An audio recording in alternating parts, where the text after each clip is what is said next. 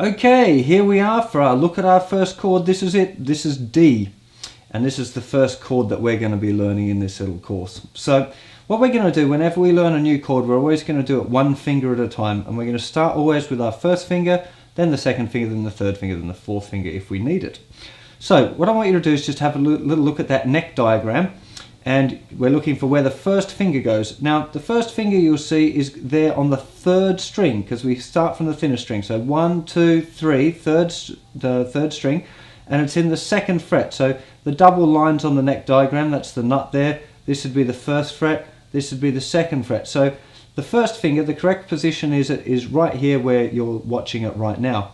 Now make sure as well that you remember that the finger needs to be quite close to the fret, not like right back here. That would be bad. So up fairly close to the fret, not on top of it, that'll be bad too. So kind of just back here a little bit.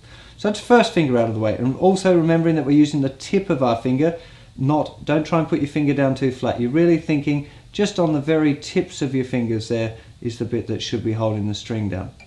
Now if we look at now the second finger, you'll notice that one is in the same fret as the first finger, but on the thinnest string, so it's kind of going underneath. And again, making sure that you're using the tip of your finger there.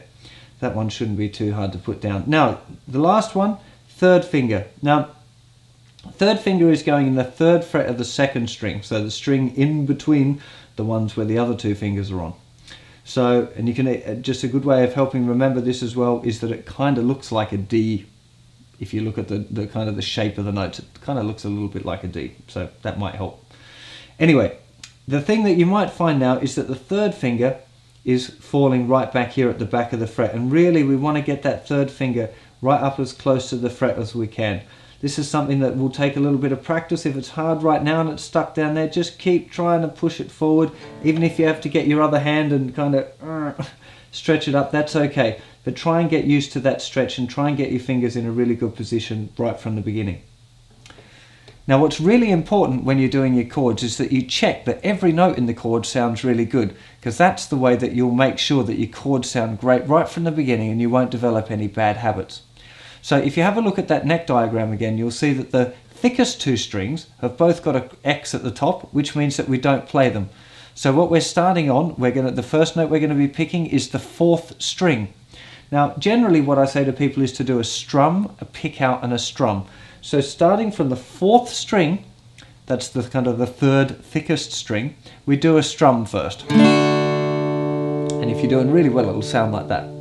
If you're not doing so well, it might sound like this. Something like that, yeah? So what we're going to do now is we're going to try and tailor the chord and make sure that every note is sounding good, and I'm going to show you where some of the problem areas are for a lot of people. So, the first thing, the fourth string. If that one's not ringing out very clearly, then probably the tip of your first finger is touching that string. So make sure that you bring your first finger down just a little bit so you get a nice clear fourth string. Now we're on to the third string, which is the one that's got our first finger on it. That one should sound nice and clear there. And if that one's not working, like not a nice clear note, a couple of things could be the culprit. Most likely your third finger is up too high and is touching that third string. So you just have to move that third finger down a little bit and you should get that string ringing nicely. If it's buzzing a little bit, like that, probably your first finger's backwards a little bit too far. So make sure it's right up nice and close to the fret. Now we're on to this note here, which is the second string with the third finger. Most people don't have a problem with that note, actually, to tell the truth. If it's too buzzy, like that, it's because it's too far back from the fret. You might find it sounds like that. So if you get it right up next to the fret, you'll get it sounding nice. Now the hardest note for most people here is this one here with the second finger. Now the reason that most people find this hard is because the third finger tends to lay down a little bit too flat and mute the thinner string. So a lot of people get this as their first D chord. Yeah, and the reason is simply here underneath the third finger is touching the thinner string. So you've got to arch those around a little bit. Make sure they're right on the tips, and that'll allow that string here to ring out nice and clearly.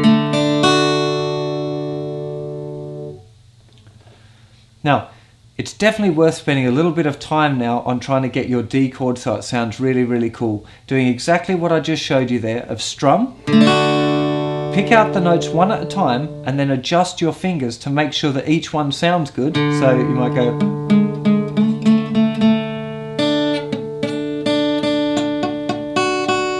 And then when you've got it and you know they're all good, then strum it again at the end. It's really important that you go through this process lots and lots of times to make sure that your D chord sounds really cool. So before we go on and learn any more chords, stop the tape, have a little bit of a play around with your D chord, try and get it sound really sweet. Now, actually just a couple of things that I forgot to mention. First one is thumb position. Now, it's quite common for some people, including me, to play with their thumb sitting over the top of the guitar.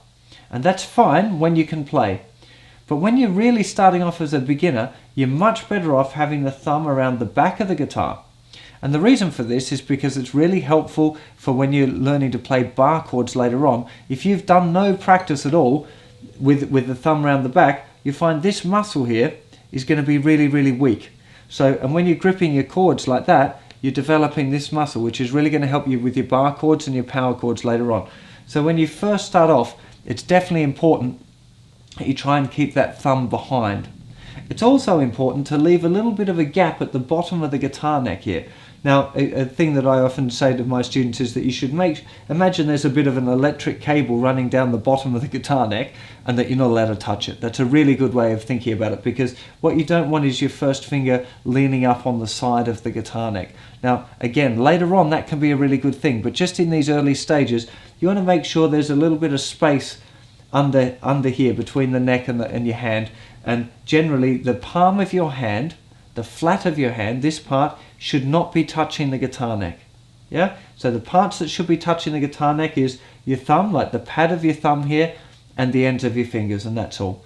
Now later on that's going to change. It's not the way that you would play guitar forever, but when you're starting, it's a really good idea to follow that bit of advice, and I will talk about a little bit later on in this course, or the method, that I'll explain to you when it's a good idea to do those things and when it's not. So for now, stop tape, practice your D chord, make sure you get every note really nice and clear, and then we're up for learning another chord.